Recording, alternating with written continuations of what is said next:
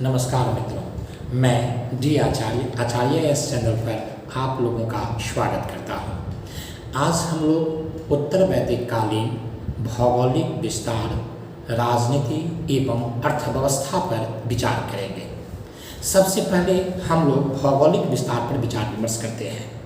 उत्तर वैदिक कालीन ग्रंथों में हमें ऋग्वैदिक काल की तुलना में बड़े भौगोलिक क्षेत्रों का दर्शन होता है।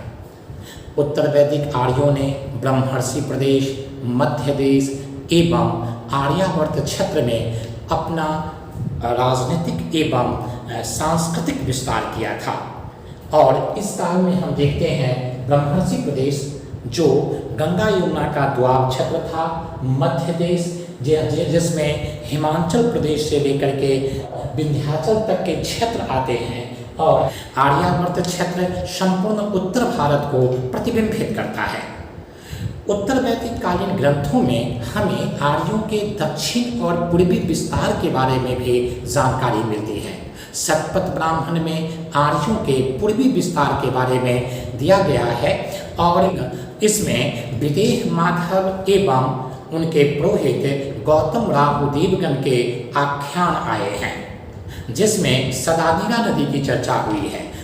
सदानीरा नदी की पहचान गंडक से की गई है और आर्यों के दक्षिणी विस्तार के बारे में हमें शतपथ ब्राह्मण से ही जानकारी मिलती है। इसमें रेवा नदी की चर्चा है और रेवा की पहचान नर्मदा नदी से की गई है। नर्मदा अमरकंटक के पहाड़ी से निकलती है और भरूच के पास खंभात की खाड़ी में अरब सागर में गिरती है। तो इस तरह से हम देखते हैं कि यदि हम उत्तर भारत से दक्षिण भारत की ओर जाते हैं तो सबसे पहले विंध्याचल के बाद नर्मदा के बाद सतपुड़ा और उसके बाद ताप्ती के क्षेत्र आते हैं। तो इसलिए हम देखते हैं कि उत्तर वैदिक काल तक आर्यों का दक्षिणी विस्तार नर्मदा तक, पूर्वी विस्तार गंडक यानी सदानीरा नदी तक था। कुल मिलाकर के कहा जा सकता है कि उत्तर वैदिक काल के अंतिम चरण तक आर्यों ने अपना विस्तार कुरु, पांचाल, अवध यानी कि कौशल क्षेत्र, काशी एवं विदेह क्षेत्र तक कर लिया था। अंग, बंग, मगध, शबर, पुलिंद, आंध्र और विदर्भ में आर्य संस्कृति एवं राजनीति का विस्तार नहीं हो सका था। वे लोग अलग संस्कृति में विश्वास करते थे। यद्यपि कुछ ब्राह्मण ग्रंथों में मगध एवं अंग की चर्चा हुई है, लेकिन उससे आभास होता है कि वहाँ के लोग गैर आर्य संस्कृति में विश्वास करते थे। मित्रों, अब हम लोग उत्तर वैदिक काल के कुछ महत्वपूर्ण विशेषताओं पर विचार विमर्श करते हैं और उत्तर वैदिक काल के 5 महत्वपूर्ण विशेषताएं थी। सबसे पहले कबायली संरचना में टूटन हुआ, क्षेत्रगत राज्यों का उदय हुआ, वर्ण व्यवस्था स्थापित हुई, कृषि प्रधान अर्थव्यवस्था प्रचलित हुई और लोग तकनीकी के स्तर पर लौह तकनीकी से परिचित हुए। अब हम लोग उत्तर वैदिक कालीन राजनीति एवं प्रशासनिक संरचना पर विचार विमर्श करेंगे। उत्तर वैदिक कालीन राजनीति की अगर मूलभूत विशेषता देखी जाए तो ऋग्वैदिक कालीन जन उत्तर वैदिक काल में जनपद में रूपांतरित हो गए। छोटे छोटे जन एक दूसरे में विलीन होते चले गए और क्षेत्रगत तथा जनपद राज्यों का उदय हुआ। यथा भरत और पुरु मिलकर के कुरु जनपद का निर्माण किया और कृपि तथा तुर्वस मिलकर के पांचाल जनपद बनाए। कुरु जनपद दिल्ली एवं मेरठ क्षेत्र में विस्तृत फैला हुआ था। इसकी राजधानी हस्तिनापुर थे। उत्तर वैदिक कालीन ग्रंथ में इसके कई शासकों की चर्चा हुई है, जिनमें राजा परीक्षित, जन्मेजय, बहलिक एवं निचक्षु प्रमुख हैं। राजा परीक्षित की चर्चा अथर्ववेद में हुई है। जन्मेजय के विषय में कहा गया है कि उसने 2 अश्वमेध यज्ञ एवं 1 सर्प यज्ञ किया था। निचक्षु ने राजधानी को हस्तिनापुर से कौशाम्बी परिवर्तित किया, क्योंकि हस्तिनापुर बाढ़ में डूब गया था। इसी तरह से हम पांचाल जनपद की अगर बातचीत करें तो पांचाल जनपद तुर्वस एवं कृपि जन के मिलने से बना था। यह आधुनिक रुहेलखंड क्षेत्र में फैला हुआ था, जिसमें बरेली, बदायूं एवं फर्रुखाबाद क्षेत्र आता है। इसकी राजधानी काम्पिल्य थी और उपनिषद काल में यहाँ के एक शासक प्रवाहन जयवाली काफी प्रसिद्ध थे। वे अपने तत्व ज्ञान, दार्शनिक ज्ञान और विद्वता के लिए प्रसिद्ध थे और उन्होंने आरुणि तथा श्वेतकेतु जैसे विद्वानों को संरक्षण दिया था। उत्तर वैदिक कालीन ग्रंथ में एक राजा की कई बार चर्चा हुई है और उनका नाम था मनु वैवस्वत। ये आदि शासक इन्हें कहा गया है और इनसे ही भारत में कई राजवंशों का उदय हुआ। वस्तुतः उनके 9 पुत्र और 1 पुत्री थे। उनका सबसे बड़ा पुत्र इक्ष्वाकु था और इक्ष्वाकु को मध्य देश का शासक बनाया गया। मध्य देश की राजधानी उत्तर वैदिक काल में अयोध्या थी और इक्ष्वाकु को ही सूर्यवंश का संस्थापक माना जाता है। उसी से सूर्यवंशी क्षत्रियों का उदय हुआ। इक्ष्वाकु के पुत्र नेमि थे और नेमि को विदेह राज्य की स्थापना का श्रेय दिया जाता है। नेमि का पुत्र मेथी था और मेथी के नाम पर ही विदेह की राजधानी मिथिला की स्थापना हुई। इस तरह से हम देखते हैं कि मनु वैवस्वत और उनके पुत्रों से भारत के कई राजवंशों का उदय हुआ। अब हम लोग कौशल जनपद पर आते हैं। कौशल जनपद आधुनिक अवध क्षेत्र में विस्तृत था। यहाँ पर आप देखिए सारा लिखा हुआ है। कौशल जनपद की बात करेंगे तो यहाँ कौशल जनपद अवध क्षेत्र में विस्तृत था। इसकी राजधानी अयोध्या थी। उत्तर वैदिक कालीन ग्रंथ में कौशल जनपद के कई शासकों का उल्लेख हुआ है, जैसे सगर, भागीरथी, दिलीप, रघु, अज, दशरथ और राम। और इस तरह से हम देखते हैं कौशल जनपद उस समय के महत्वपूर्ण जनपद था। उसके बाद मिथिला की बात करें, मिथिला जनपद की स्थापना में विदेह माधव और उनके पुरोहित गौतम राहुगन के महत्वपूर्ण भूमिका थी। उत्तर वैदिक काल में, उपनिषद काल में विदेह का एक प्रमुख शासक जनक था और जनक अपने तत्व ज्ञान और विद्वता के लिए प्रसिद्ध थे। उन्होंने एक सम्मेलन आयोजित किया था जिसमें भारतवर्ष के दार्शनिक और विद्वानों ने भाग लिया था। इस सम्मेलन की चर्चा बृहदारण्यक उपनिषद में है, जिसमें कहा गया है कि इसमें याज्ञवल्क्य, गार्गे, साकल्य, गार्गे और आरुणि जैसे फिलोसफरों ने भाग लिया था। तो इस तरह से हम देखते हैं कि मिथिला अर्थात विदेह राज्य उस समय अपने दार्शनिक विचार के लिए अखिल भारतीय स्तर पर प्रसिद्ध था। इसके अतिरिक्त उत्तर वैदिक काल में कई राज्यों और शासकों का उल्लेख हुआ है। उदाहरण के लिए काशी के दार्शनिक शासक अजातशत्रु का उल्लेख हुआ है।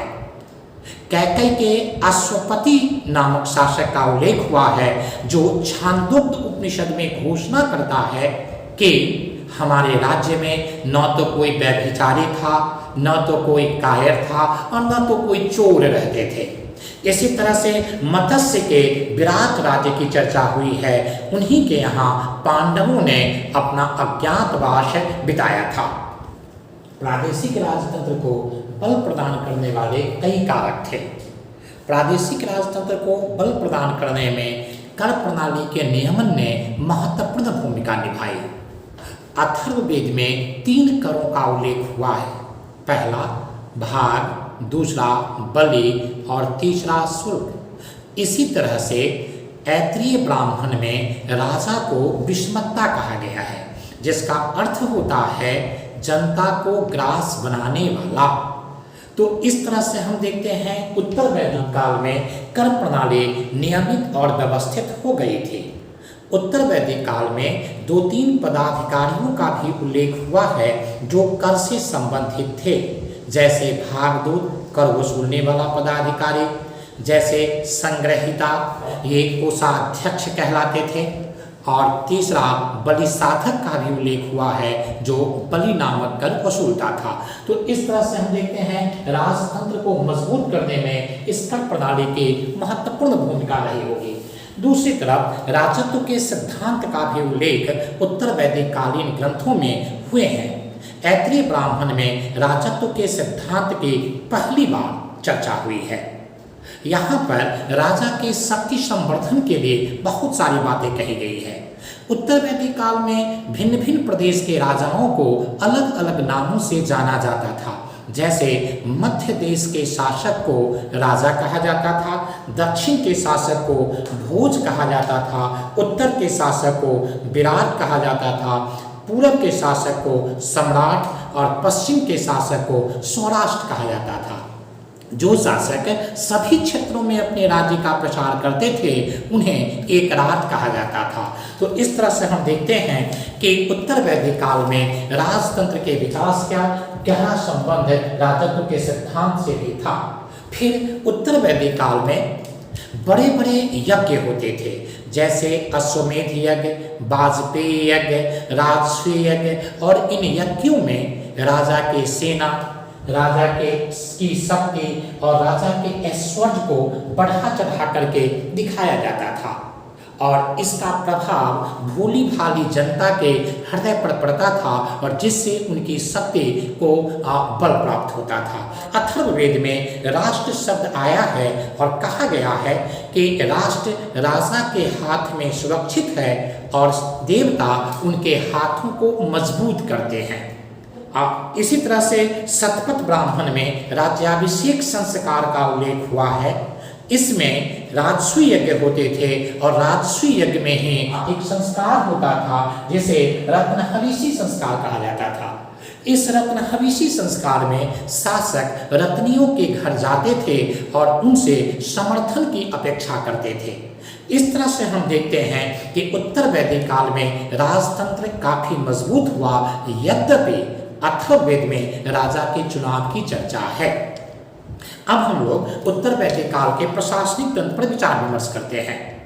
कर प्रणाली के नियमन से कोष में कुछ पैसे आए और उसी पैसे के आधार पर कई पदाधिकारियों की नियुक्ति की गई, और इसके लिए शतपथ ब्राह्मण में रत्नी शब्द आया है और शतपथ ब्राह्मण में 12 रत्नियों का उल्लेख हुआ है।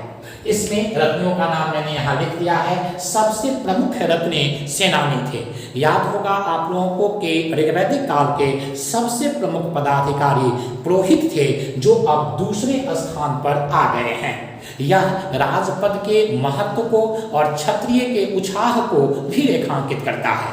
लेकिन अभी भी अस्थायी सैन्य तंत्र का विकास नहीं हुआ था। अस्थायी सैन्य तंत्र का विकास महाजनपद काल में हुआ और बिंबिसार को अस्थायी सेना निर्मित करने का श्रेय दिया जाता है।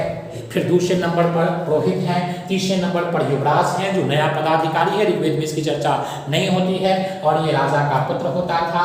महिषी पचरानी होते थे, सूत सारथी होते थे, ग्रामणी ग्राम के प्रमुख होते थे, संग्रहिता कोषाध्यक्ष होते थे, भागदूत कर वसूलने वाला अधिकारी था और पलागर राजा का मित्र और विदूषक होते थे जो उनका मनोरंजन करते थे।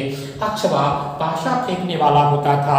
और इस तरह से हम देखते हैं कई रत्नियों का उल्लेख उत्तर वैदिक कालीन ग्रंथों में हुए हैं।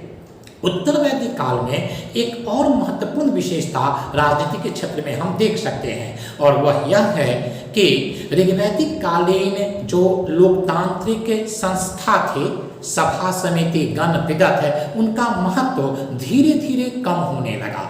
उनके महत्व कम होने के 2-3 कारण थे। पहला कारण यह था कि रत्नियों का आगमन हुआ और ये सभा समिति जिन कार्यों को संपादित करते थे उन कार्यों को अब ये रत्नी संपादित करने लगे। दूसरी तरफ राजा की शक्ति बढ़ रही थी, राजपद मजबूत हो रहे थे, और जैसे जैसे राजपद मजबूत हो रहा था वैसे वैसे इन संस्थाओं की शक्ति कम होते जा रही थी। और इसका प्रतिबिंबन हम अथर्ववेद के इस पंक्ति में देख सकते हैं, जहां पर कहा गया है कि सभा और समिति प्रजापति के 2 जुड़वा पुत्री थी। ये पुत्री से और उसमें भी जुड़वा पुत्री से इसकी तुलना की गई है, जो इनके महत्व को, कम होते हुए महत्व को रेखांकित करता है। फिर हम देखते हैं, लेकिन इस काल में राजपद पर अंकुश लगाने वाले कुछ तत्व विद्यमान थे। पहला, राजकोष का अभाव। क्योंकि अभी केवल 3 ही कर का उल्लेख है और अर्थव्यवस्था उतनी विकसित नहीं हुई थी। दूसरी तरफ अस्थायी सेना का अभाव और तीसरा, राजा को अपने रत्नियों से समर्थन की अपेक्षा रहते थे, अर्थात रत्नियों पर उनका शक्ति निर्भर करता था, न कि रत्नी उनसे ऊर्जा लेते थे बल्कि वे रत्नी से ऊर्जा प्राप्त करते थे। उत्तर वैदिक कालीन अर्थव्यवस्था। उत्तर वैदिक कालीन साहित्य में कई जनपदों का उल्लेख मिलता है। उन जनपदों से हमें आभास होता है कि उत्तर वैदिक कालीन लोग अस्थायी जीवन जीने लगे थे। फलतः उत्तर वैदिक कालीन अर्थव्यवस्था में तीव्र गति से विकास हुई। विशेष करके कृषि के क्षेत्र में सबसे ज़्यादा विकास हुआ और इस काल की अर्थव्यवस्था के केंद्र में कृषि आ गई और कृषि प्रधान अर्थव्यवस्था का विकास हुआ। कृषि के समस्त प्रक्रिया की चर्चा शतपथ ब्राह्मण में हुई है। इसमें गहरी जुताई के लिए 6, 8, 10 और 12 बैलों की चर्चा हुई है। इस काल में हल को प्रतिष्ठित करने के लिए राजा जनक को हल चलाते हुए दिखाया गया है और कृष्ण के भाई बलराम को हलधर कहा गया है। इस काल में हल मुख्य रूप से खदीर एवं उदंबर लकड़ी के बनते थे। खदीर की पहचान कत्था से यानी खैर से की गई है और उदंबर की पहचान गुल्लर की लकड़ी से की गई है।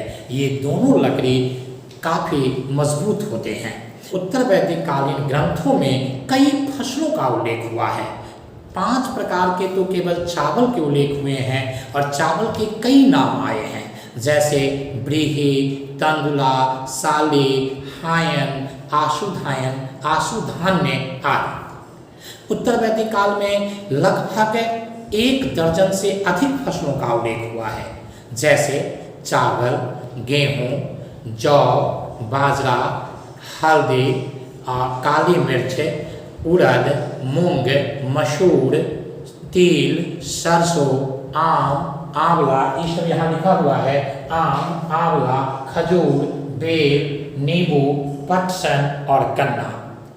उत्तर वैदिक कालीन ग्रंथों में स्पष्ट रूप से कपास शब्द नहीं आया है, किंतु गन्ना की चर्चा अथर्ववेद में हुई है और अतरंजी खेरा तथा हस्तिनापुर से हमें चावल एवं गेहूं के प्रमाण तथा हस्तिनापुर से चावल एवं गन्ना के प्रमाण मिले हैं कि पटसन का प्रयोग उत्तर वैदिक कालीन लोग करते थे, लेकिन कपास का प्रयोग नहीं करते थे। तैत्तिरीय संहिता में कौन फसल कब लगाए जाएंगे और कब काटे जाएंगे इसका स्पष्ट रूप से चर्चा किया गया है। अथर्ववेद में कृषि से संबंधित कई बातें आई है, जैसे सबसे पहले कृषि वैज्ञानिक पृथुवैन्य की चर्चा अथर्ववेद में हुई है। अनुपजाऊ भूमि के लिए खेल्य शब्द आया है और उन भूमियों को सिंचित करके उपजाऊ बनाने के लिए कुल्या शब्द आया है। अतिवृष्टि और अनावृष्टि से बचने के लिए अथर्ववेद में मंत्र दिए गए हैं। छांदोग्य उपनिषद में ओला गिरने और टिड्डियों के दल के आक्रमण से अकाल पड़ने के स्पष्ट रूप से चर्चा हुई है, किंतु उत्तर वैदिक काल में भूमि की खरीद बिक्री नहीं होती थी और न ही इसे दान में दिया जाता था।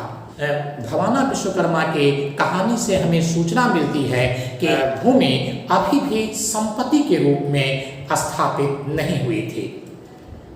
अब हम पशुपालन पर आते हैं। उत्तर वैदिक काल में गाय, बैल, भेड़, बकरी, गधा, सूकर आदि पाले जाते थे। उत्तर वैदिक काल में गाय में पवित्रता का निवेश हो गया था, क्योंकि अथर्ववेद में स्पष्ट रूप से कहा गया है कि गाय की हत्या करने वालों को मृत्युदंड दिया जाएगा। उत्तर वैदिक कालीन लोग हाथी से परिचित हो गए थे। यजुर्वेद में हस्तिप शब्द आया है, जिसका अर्थ होता है हाथी को देखभाल करना या हाथी से को पोषना। इसी तरह से यजुर्वेद में ही मछुआरा शब्द आया है और शतपथ ब्राह्मण में सूकर के लिए बड़ा शब्द आए हैं। अब हम लोग उत्तर वैदिक काल में धातुओं के प्रयोग के बारे में बातचीत करते हैं। ऋग्वैदिक काल की तुलना में उत्तर वैदिक काल के लोग कई अधिक धातुओं से परिचित थे और सबसे बड़ी बात यह है कि वे लोहा से परिचित थे। लगभग 1000 BC में कर्नाटक के धारवाड़ क्षेत्र के लोग, गांधार क्षेत्र के लोग, अफगानिस्तान क्षेत्र के लोग लोहे का प्रयोग करते थे। लगभग 800 BC में पश्चिमी उत्तर प्रदेश, राजस्थान एवं मध्य प्रदेश के लोग लोहे का प्रयोग करते थे। लगभग 700 से 600 BC के बीच में पूर्वी उत्तर प्रदेश एवं बिहार क्षेत्र में लोहे के प्रयोग के पुरातात्विक साक्ष्य मिले हैं। उत्तर वैदिक काल के कई ग्रंथों में लोहा के लिए शब्द आए हैं, जैसे कृष्ण अयक्ष, श्याम अयक्ष और श्यामीन शब्द आए हैं। कृष्ण अयक्ष जैमिनी ब्राह्मण में, श्याम अयक्ष वात्स्ययनी संहिता में और श्यामीन शब्द अथर्ववेद में आया है। लोहा के कुछ भट्ठी के प्रमाण भी मिले हैं, सुनेरी से कई भट्ठियों के प्रमाण मिले हैं और जखेरा से लोहा के हल के फाल प्राप्त हुए हैं। उत्तर वैदिक काल में लोहा का प्रयोग मुख्य रूप से हथियार के लिए या युद्धास्त्र के लिए किया जाता था। कृषि के उपकरण के कम ही साक्ष्य मिले हैं। उत्तर वैदिक काल में लोग लोहा के अतिरिक्त अन्य कई धातुओं का प्रयोग करते थे, जैसे चांदी का प्रयोग करते थे। चांदी के लिए रुक्म या रई शब्द आया है, टीन के लिए त्रिपु शब्द आया है और तांबा के लिए लोहित अयस्क शब्द आया है। सीसा के लिए शीश शब्द आया है और उत्तर वैदिक कालीन लोग सोना का भी प्रयोग करते थे। उत्तर वैदिक कालीन ग्रंथों में हस्तशिल्प के विकास के भी विस्तार से जानकारी मिलती है। वात्स्ययनी संहिता एवं तैत्रीय ब्राह्मण में कई व्यवसाय एवं पेशा का उल्लेख हुआ है। कुलाल, चर्मकार, स्वर्णकार, रथकार, बढ़ई आदि इस काल के महत्वपूर्ण शिल्पकार थे।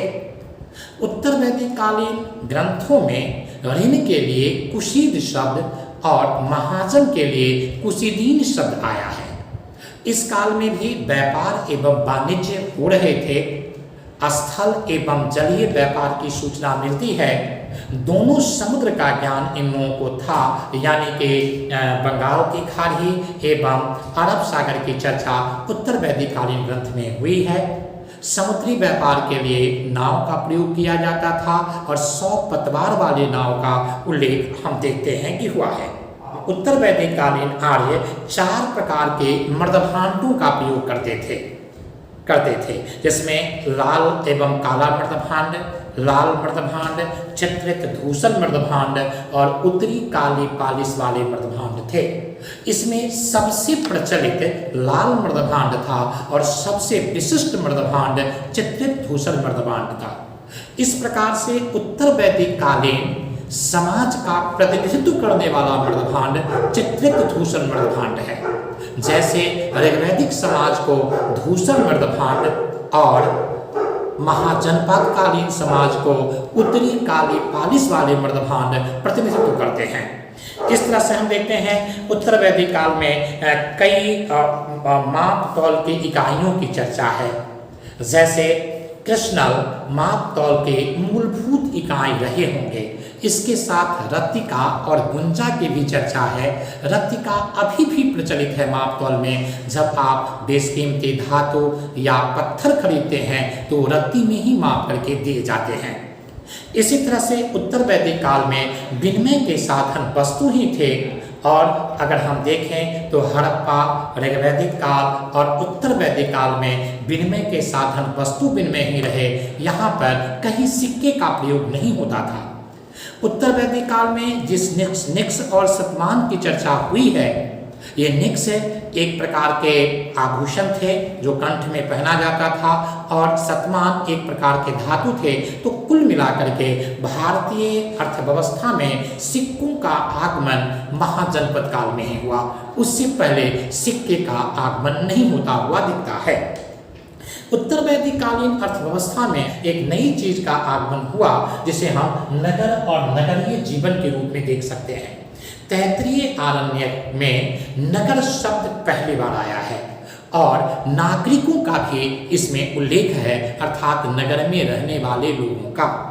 अयोध्या, अहिछत्र, कौशाम्बी, एवं काम्पिल लेक जैसे नगरों का उल्लेख है और ये नगर प्रोटो अर्बन साइट कहे जाएंगे, अर्थात नगरों के प्रारंभिक चरण वाला नगर माना जाएगा। जो वीडियो में प्रश्न पूछे गए थे उसके पहले प्रश्न का उत्तर ज्ञानी महिला अर्थात विदुषी महिला होंगे, दूसरे प्रश्न का उत्तर राजतंत्रात्मक होगा, तीसरे प्रश्न का उत्तर दोनों सही है, चौथा का पुलिस, पांचवें का दोनों गलत है और छठा का दोनों सही है।